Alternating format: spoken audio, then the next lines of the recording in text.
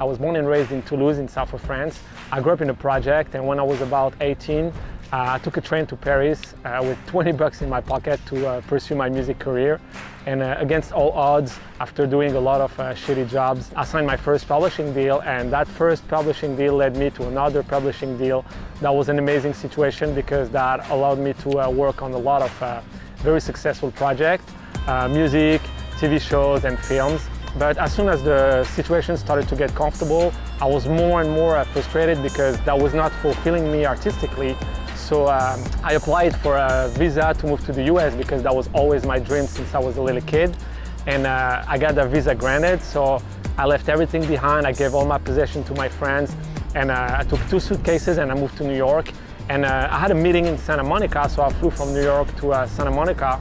You know, I just saw the palm trees, the weather, and just the whole vibe, not being claustrophobic between the buildings like it was in Paris and New York. So I stayed here ever since. I really believe that it's something innate. One of my very first memory, that it's actually a very vivid memory, is when I was about, I think, 4 years old. I was working in a farmer's market with my mom, and I remember I was pulling her dress and I was saying, guitar, guitar, guitar. I really wanted her to buy me a guitar. My mom's priority was to buy food and shelter and clothes, so it was out of question to buy music instruments. So I just kind of put that aside. I started to write, actually. I started to rap very early on.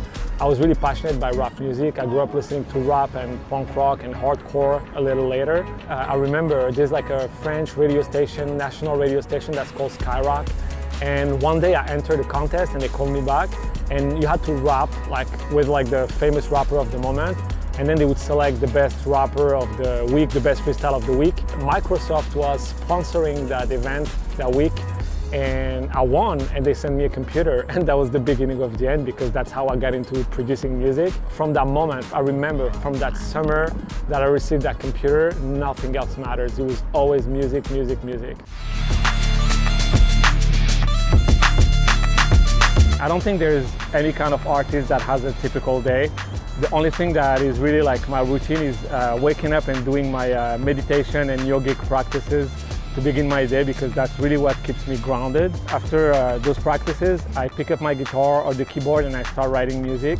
Or if I have a project, an ongoing project, I get to my computer and I start producing or editing videos, because I do a lot of videos as well. And I usually start something and end up doing something completely different, which is, I guess, like a crazy disease that affects every single artist. I need to finish a mix, but I'm going to pick up my guitar or get on the keyboard and start like writing new music while I'm still due for that mix or that production. There is really no typical day, but that's really what I love about my life, is I never know what the next moment is going to be. And the only thing that I guess is anchored in my schedule is when I have meetings or like studio session with other artists that I really have to attend.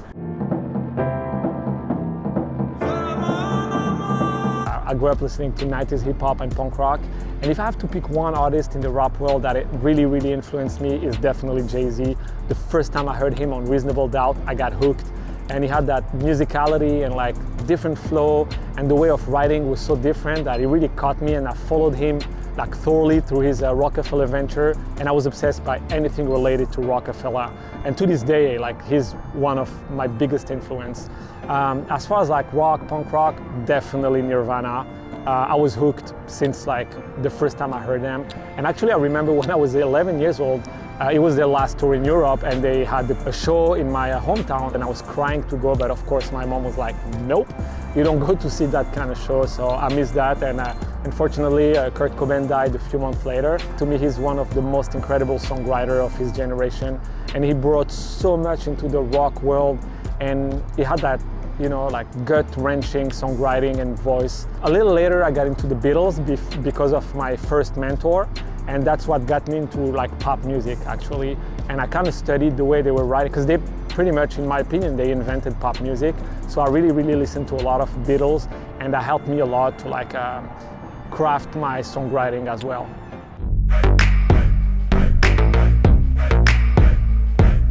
Yes, I actually do collaborate with a lot of people. I actually work with a lot of songwriters all around LA. But when I start writing music for myself, I really like to be isolated and be by myself and start alone. because I feel like my music, my own music as an artist, as a performer, is really something very personal. And usually my collaborations are for when I write music or when I produce music for other artists, like for other pop singers or like beats that I try to make for rappers. And I actually love to collaborate because it brings better things out of each collaborators. I think that it's a great experience to grow as a songwriter or as a producer, because sometimes it's challenging to be in a studio with other producers because it's kind of like the clash of the egos. But I've always grown out of all the collaboration that I did. So I love to collaborate when I write music for other people, but I love to work by myself when it's for me. On my next single, SOS, I've wrote, produced, played all the instruments, mixed, did the mastering, because it's kind of like a challenge and I love to do that by myself. I'm very recluse in a personal life. I like to be by myself and I love to keep that in my writing process for myself. But when it comes to writing music for others, then I get out of my comfort zone.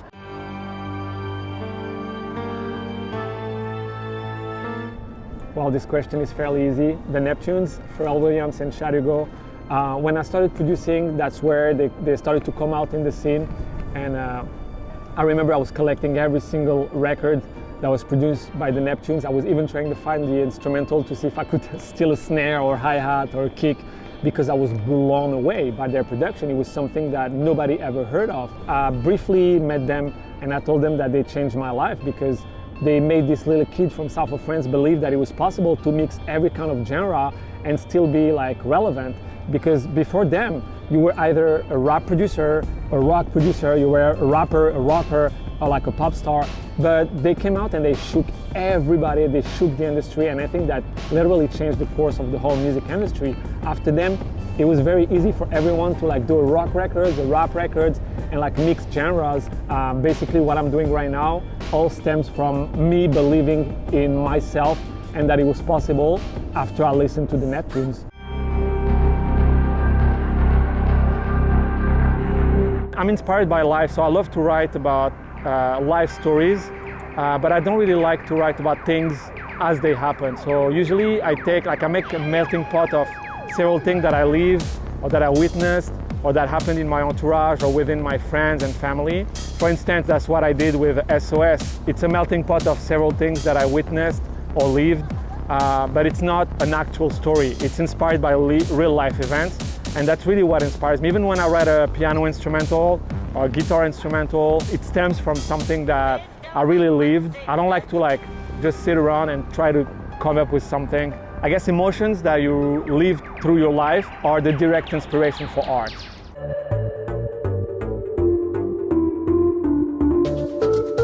Basically, I really like to start by using a real instrument, usually a guitar or a piano if I have access to it, and build like a 4-bar loop, something that feels good. Then I always start to add a vocal melody on top of it, something catchy.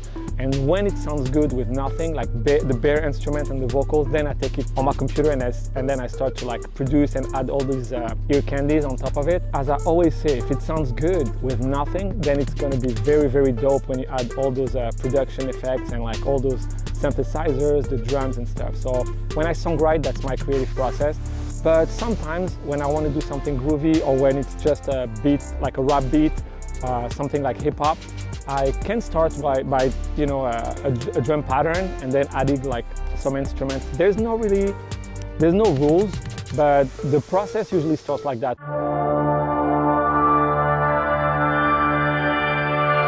Yes, definitely. My biggest passions beside music are Muay Thai, number one. I love it, I'm obsessed with it. That actually helped me grow a lot as a human being and overcome a lot of things that I was facing in my career. I competed, I still train every day, and I still have that bug sometimes that taunts me to get back into competing and getting back into the ring fighting. Photography, huge passion too. I had my first camera when I was about 9 years old. I've been shooting ever since. I have a pretty nice collection of film cameras because I primarily shoot films. I love the anticipation of not knowing what you took, and you have to apply a lot of patience because you have to set everything right and it has to be good. That led me to filmmaking. I love filmmaking, and that's just a natural evolution of the storytelling that I do with my music and the photography. It's kind of merging the two. and I actually wrote several projects that I would love to do as far as filmmaking that involve music and storytelling and of course motion pictures. So those are like my biggest passions. But I also, a few years back, I was going through a very difficult time. To keep my mind occupied, I went back to school here in California and I got certified as a motorcycle technician, and then I worked at Harley-Davidson for a little bit. So motorcycle is a huge passion of mine, and I now build custom Harley-Davidsons. So this is what I pretty much do when I'm not in the studio creating music.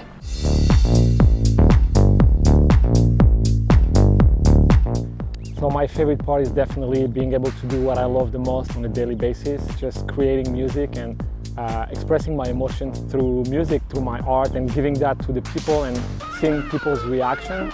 That's priceless. So that's definitely my favorite part of the job. My least favorite part, and I'm at the right spot to talk about it, is definitely the industry, the politics and everything that is involved in the business aspect of it. It's not my thing. I'm a studio rat. I'm a big nerd in a leather jacket, and I really love to be in the studio and create. I love when like people appreciate what I give them or tell me that this made them feel this type of emotion, because that's really what we're here for as creators. And dealing with the business aspect of it kind of like kills the creativity a little bit, so I definitely my least favorite part of it.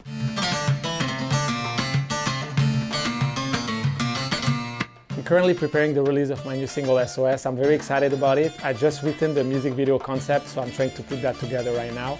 In parallel, I've been working on my debut album. I've just tried to do things in a little more artisan way, not try to rush anything and be a little more spontaneous in the creativity, and also bridge the gap between me and the audience, which I think social media helps us a lot as artists to do that. And I also want to share my knowledge and everything that I acquired throughout the years. So I've been preparing a series of videos, production tutorials in the studio, and also like just discussion about what it is to be a producer and how to produce.